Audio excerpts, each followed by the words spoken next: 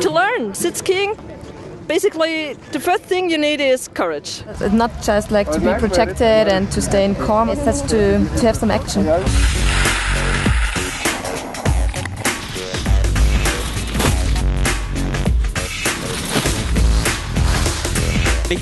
I had already gone skiing before I had my accident, so I can say that it's very comparable. With the monoski, you're closer to the snow, but actually you take the corners like you do it in normal skiing.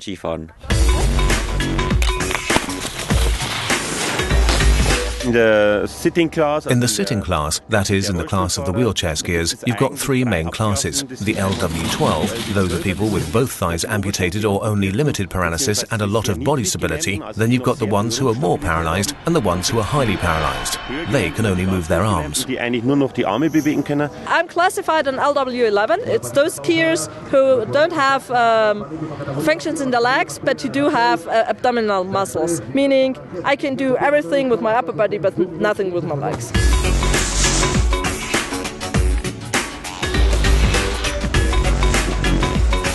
My ski in terms of other monoskis is an ordinary race ski, as you see in ski racing. The mount, the frame including the suspension, is a fairly standard model. Many athletes have the same one, but everything that's in the upper area is pretty individual. The devices we use are very similar to the ones used in motocross. They also use a different shock receiver, which also makes the turns easier to do because you don't get thrown out of the turn. I use a pretty soft shock receiver because I needed to go in and get out slowly so that I really can swallow the bumps when they come. The shell I'm sitting in, I always say that it's my ski shoe, and the moves I make have to be transported to the ski.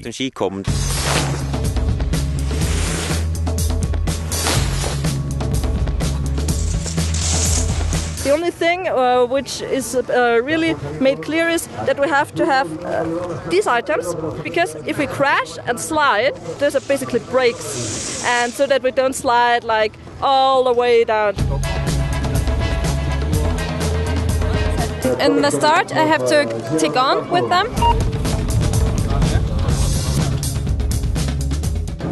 They have to use the short ski from time to time to get the balance again.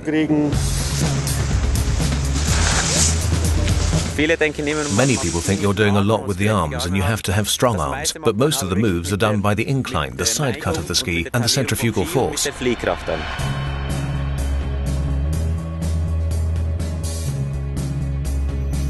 Each discipline in monoskiing has its own challenges, especially in relation to the ski run when you're going so fast. That requires quite an effort.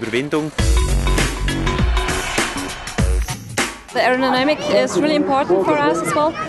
We've been in the wind tunnel to check something out, what's good, with precision is good, and yeah, especially for downhill, it's really important. In downhill, you need really long skis, like 2 meters and above, because they're much more stable, going straight ahead at a high speed. Super ski is very fast, and additionally, you have no training for that. You just get one look at it, and then you're straight down to business.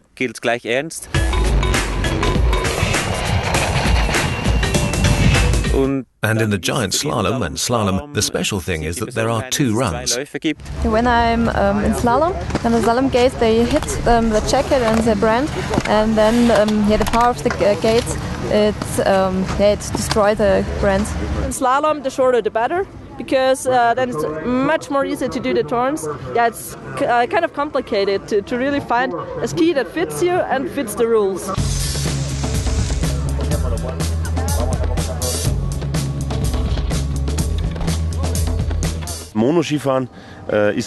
Monoskiing is a great sport for people sitting in a wheelchair. In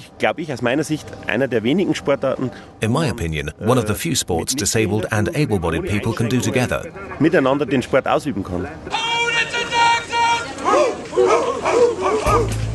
Winner and gold medal from Germany with a time of 1 minute 31.82, Franz Stinger!